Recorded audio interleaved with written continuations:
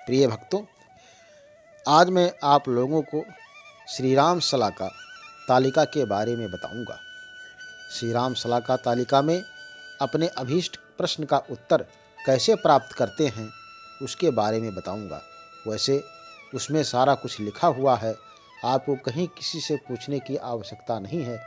राम सलाका तालिका के बारे में उसके ऊपर श्री तुलसीदास जी ने लिख दिया है कि श्री राम सलाका तालिका कैसे देखना है और उससे अपने अभीष्ट प्रश्न का उत्तर कैसे प्राप्त करना है।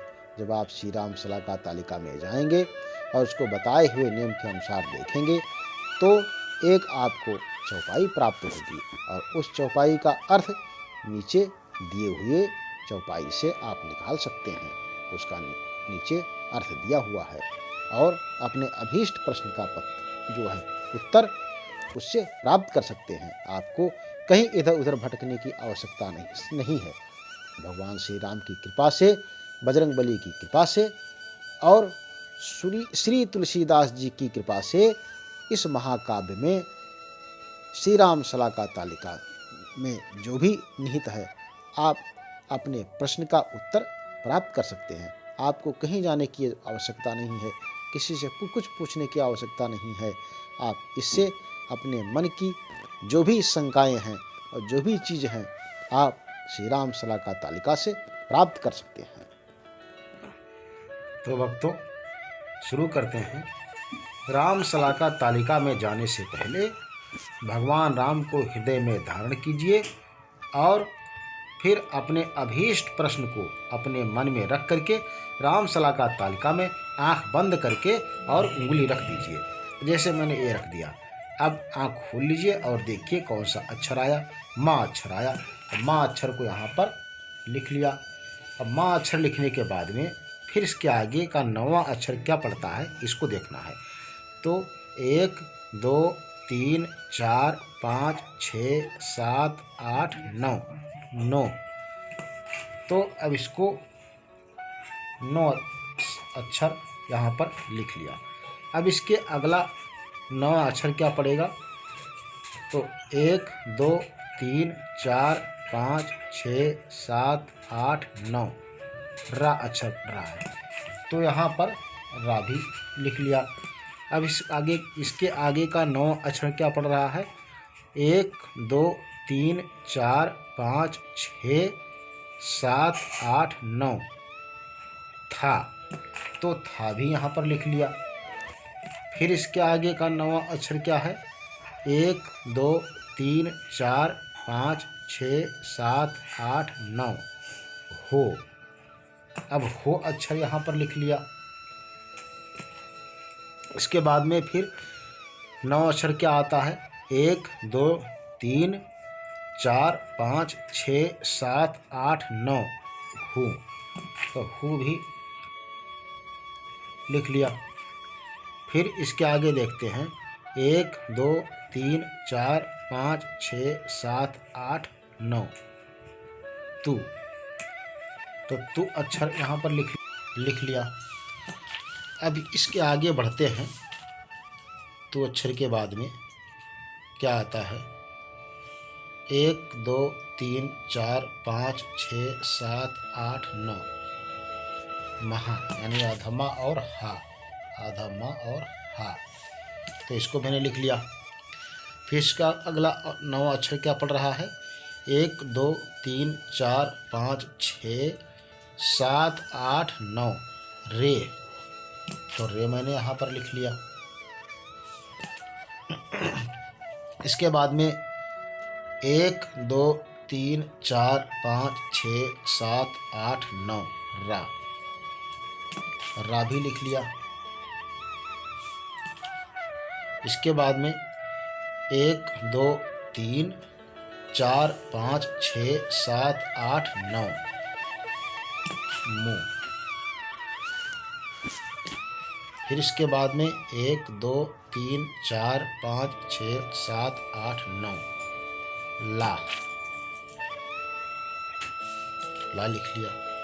फिर इसके बाद में 1 2 3 4 5 6 7 8 9 खा लिख लिया। फिर 1 2 3 4 5 6 7 8 9 नू लिख लिया।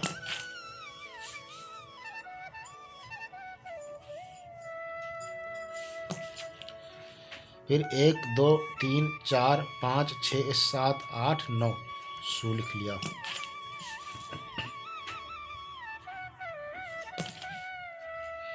फिर 1 2 3 4 5 6 7 8 9 नी लिख लिया।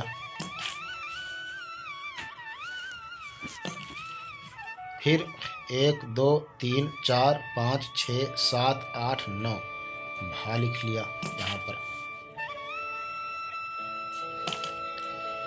फिर 1 2 3 4 5 6 7 8 9 क्या अक्षर आ रहा है? ए।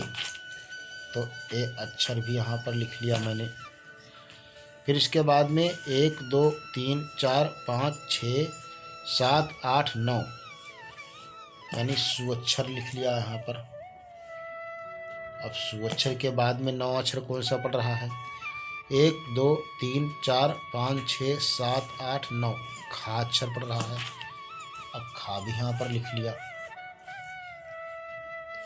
इसके बाद में फिर खा के बाद में 9 अक्षर कौन सा पड़ रहा है? 1 2 3 4 5 6 7 8 9 एक मात्रा पड़ रहा है। तो इसको भी मैंने नोट कर लिया। इसके बाद में 9 अक्षर कौन सा पड़ रहा है? 1 2 3 4 5 6 7 8 9 रे अक्षर पड़ रहा है। अब रे भी यहाँ पर लिख लिया मैंने। इसके बाद में फिर देखते हैं कौन सा अक्षर पड़ता है 9वां। 1 2 3 4 5 6 7 8 9 सु अक्षर पड़ रहा है यहाँ पर। अब सु अक्षर भी यहाँ पर लिख लेते हैं। तो सु अक्षर मैंने लिख लिया। फिर इसके बाद में पढ़ रहा है 1 2 3 4 5 6 7 8 9 हा अक्षर पढ़ रहा है। हा अक्षर में भी नहीं लिख लिया। फिर इसके बाद में हा अक्षर पढ़ने के बाद में 1 2 3 4 5 6 7 8 9 ला अक्षर पढ़ रहा है। ला अक्षर भी मैंने लिख लिया। फिर इसके बाद में अगला क्या अक्षर है? 1 2 3 4 5 6 7 8 यानी 9 अक्षर मैंने पहले लिख लिया है। अब यह भक्तों एक चौपाई बन गई है। अब इसको देखते हैं कि इसका राम शलाका तालिका के नीचे जो दोहा बना हुआ है उसमें इसका अर्थ क्या है। तो भक्तों इसका चौपाई क्या बन रहा है मैं आपको लिख करके बताता हूँ। सुफल मनोरथ होहूं तुम्हारे राम लखन सोनी भये सुखारे। प्रिय मित्रों भक्तों ये चौपाई प्राप्त हुई। क्या प्राप्त हुआ? सुफल मनोरथ होहूं तुम्हारे राम लखन सुनी भये सुखारे।